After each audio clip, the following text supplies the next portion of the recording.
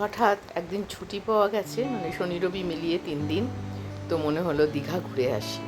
সেই মতো ব্যবস্থা হলো, সঙ্গী হলো ছেলে, মেয়ে, জামাই, নাম। কিন্তু বাসের টিকিটের খুব মুশকিল, টিকিটই পাওয়া গেল না। অবশেষে শ্যামলী পরিবহনের বাসের টিকিট পেলাম। বাসে মোটামুটি খুব ভালো পরিষেবা আমার লাগেনি।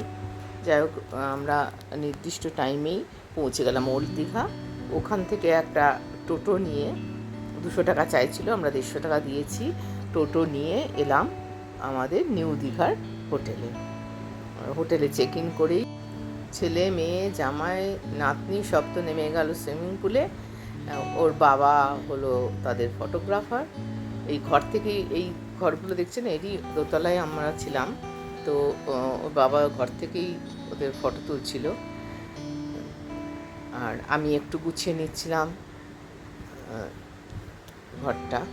তারপরে স্নান করে ফার্স্ট ফ্লোরে আমাদের রুম। এই রুম থেকেই ছেলে মেয়ের বাবা ছবি তুলেছে, এই ছবিগুলো। তারপর আমরা লাঞ্চ করে একটু রেস্ট নিলাম। এখানে খাবার বেশ ভালোই ছিল, আমরা যেমন বলেছি তেমনই করেই ওরা বানিয়ে দিয়েছিল। খেতে অসুবিধা হয়নি, কারণ আমার নাতনি ছিল ছোট, তার ঝাল ছাড়া। এরপর আমরা একটু বিশ্রাম নিয়ে আমাদের হোটেল থেকে খুবই কাছে ছিল জগন্নাথ মন্দির, সেখানে গেলাম হেঁটেই। জুতোগুলো একটু দূরেই রাখতে হয়েছিল, ওখান থেকে লাইনে দাঁড়ালাম। তারপরে আমরা মন্দিরে ঢুকলাম। তখন একটু একটু আকাশে মেঘ জমছে।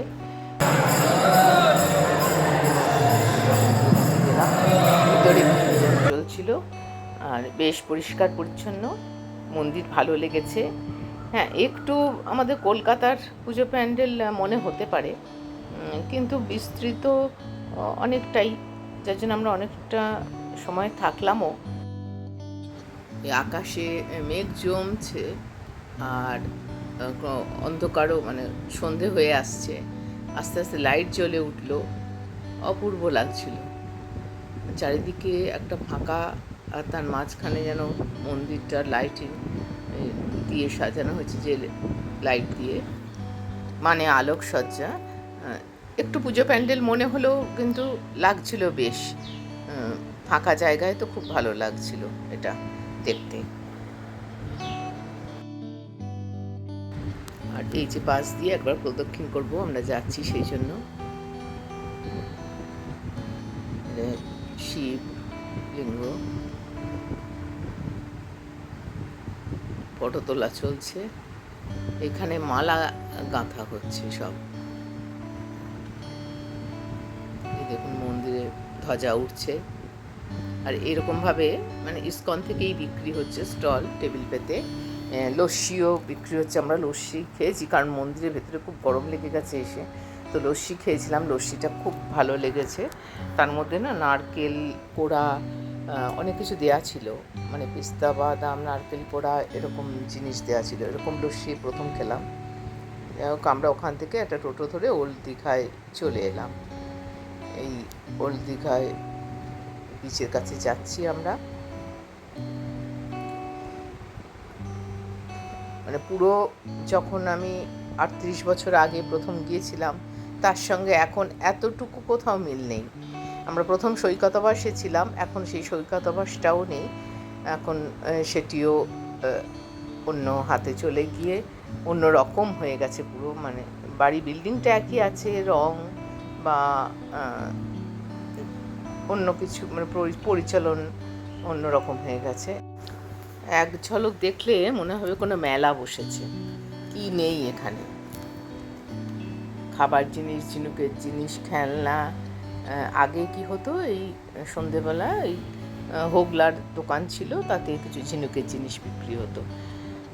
আর এখন মানে সেই দোকানগুলো যেন পাকা হয়ে যাচ্ছে, অনেক রকম ভ্যারাইটি এসেছে দোকানে। এই নিচেও বসেছে, সঙ্গে বিভিন্ন নামি যারা খাবার প্রস্তুতকারক, তাদের এখনকার জেনারেশন যেমন খেতে ভালোবাসে, তাদেরও মোমো, চিকেন পপকর্ন ইত্যাদিও এখানে দোকান রয়েছে।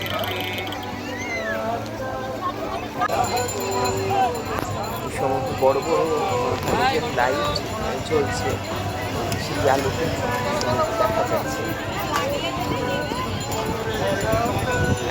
জোয়ার আসছে।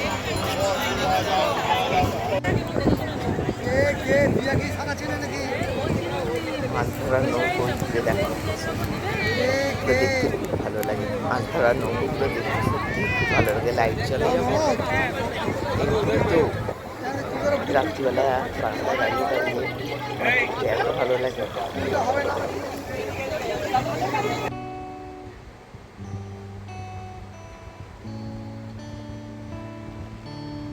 এটা নিউ দীঘার বিচ। পরের দিন সকালে আমাদেরই হোটেলের একদম সামনে সেখানে গিয়েছিলাম। এরকমভাবেই বোল্ডার মানে পাথর, বড় বড় পাথর ফেলা রয়েছে। আগে এগুলো বালি ছিল, আমার যতটুকু মনে আছে এর নিচে দিয়ে মানে গাড়ি বাইকও নেমে যেত, চলতো। এই মানে ভাটার সময় বালিতে এই বাইক চলতো। পরদিন বিকেলে আর মন্দির আমরা যাইনি, সোজা চলে এলাম ওল্ড দীঘায়, কারণ ছেলে মেয়েরা ওল্ড দীঘা এনজয় করবে বলছিল, তাই দিনের আলো থাকতে থাকতেই ওল্ড দীঘায় চলে এলাম। এই সামনে নীল সাদা এটা সৈকত আবাস, তার সামনে এই পার্ক এটা আছে, সমুদ্র।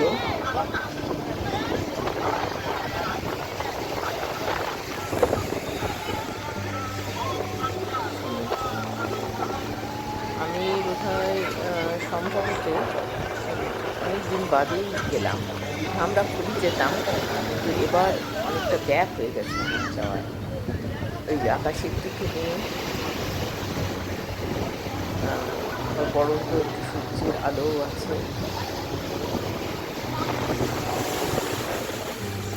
সমুদ্রের ঢেউ ভাঙছে, বেশ নীলই আছে, খোলা লাগছে না জলটা।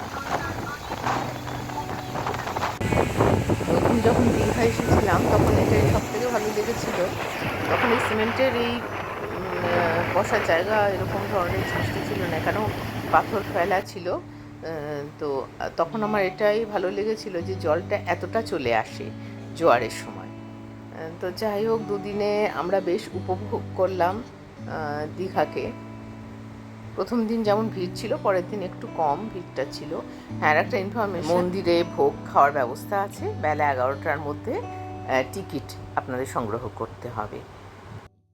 এবারে অমরাবতী পার্কে আমাদের ঢোকা হলো না, সকালে এত গরম যে কেউই চাইলো না আসতে, তাই জন্য ফেরার সময় কিন্তু বাসে উঠেছিল সেই ট্র্যাডিশনাল কাজু সেই নাড়ু। আজকের ভিডিওটি এখানেই শেষ করছি। লাইক, শেয়ার, সাবস্ক্রাইব করবেন। নমস্কার, ভালো থাকবেন সবাই।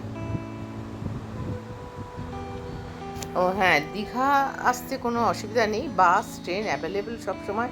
ধর্মতলা থেকে বাস, প্রচুর হোটেল আছে। আপনার তবে ছুটির মরশুম হলে আগের থেকে একটু হোটেল বুক করে আসার চেষ্টা করলে মনে হয় ভালো হবে, নাহলে স্পট বুকিং করতে পারেন। ধন্যবাদ।